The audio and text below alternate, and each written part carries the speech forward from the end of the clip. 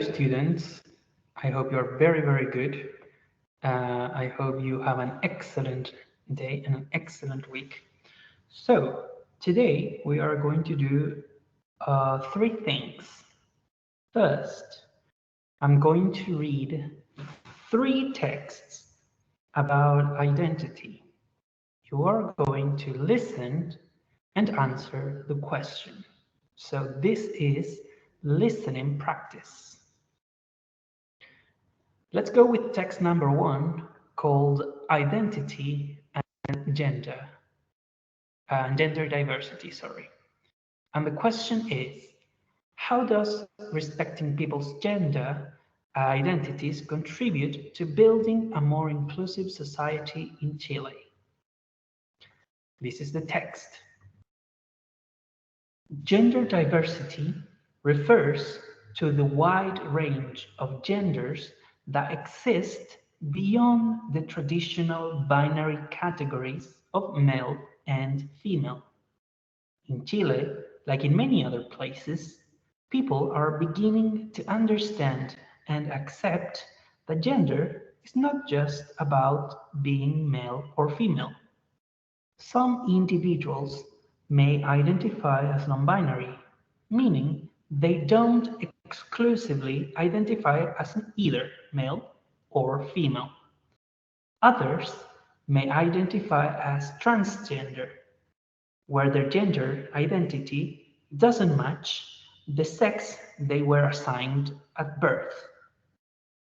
It's important to respect everyone's gender identity and use their pronouns they prefer.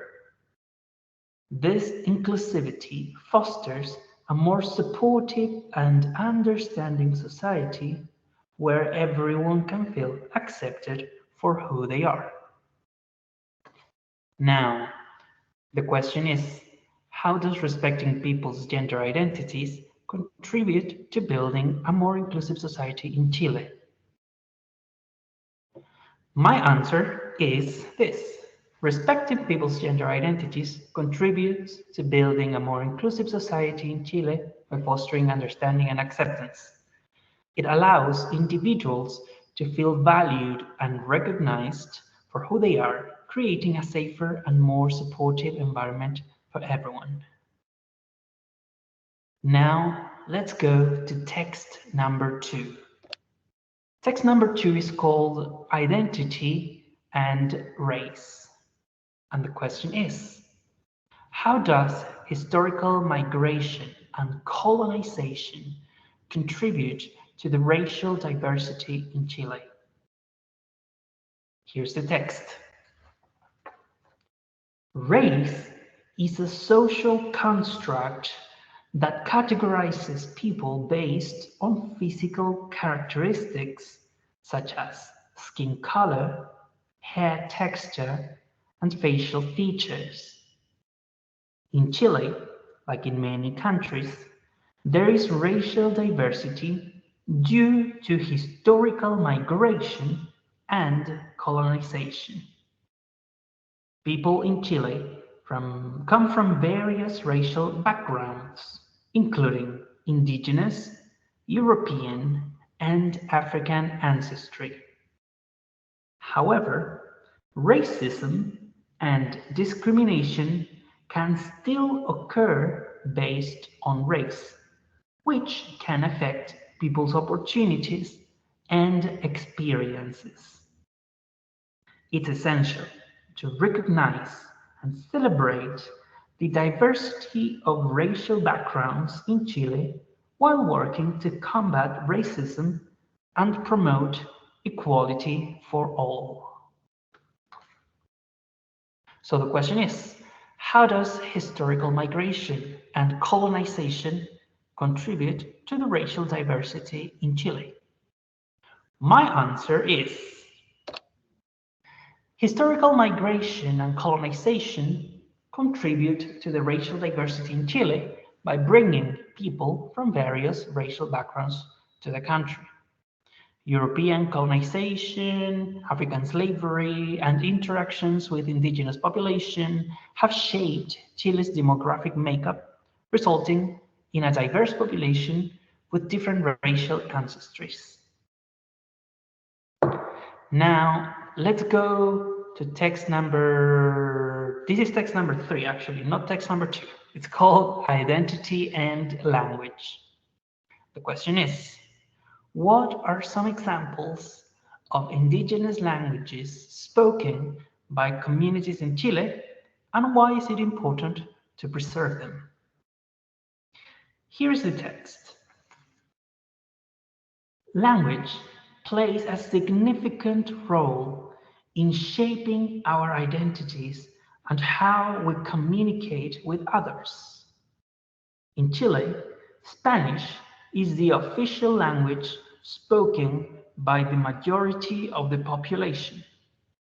However, there are also indigenous languages spoken by indigenous communities, such as Mapudungun and Quechua.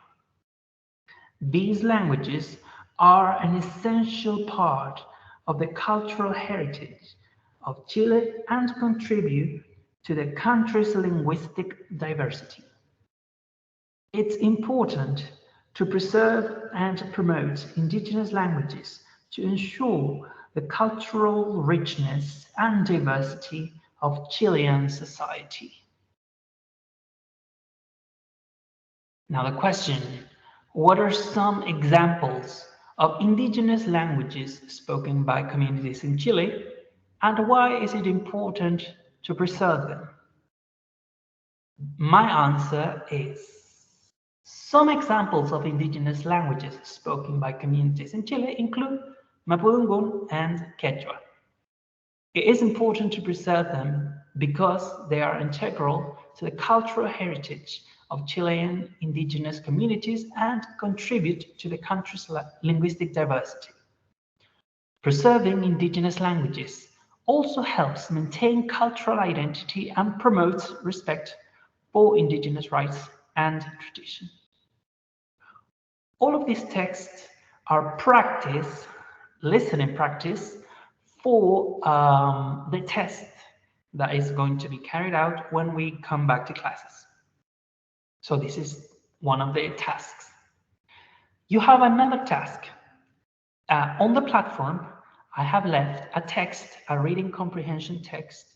So the task is read it and then answer the question in the forum.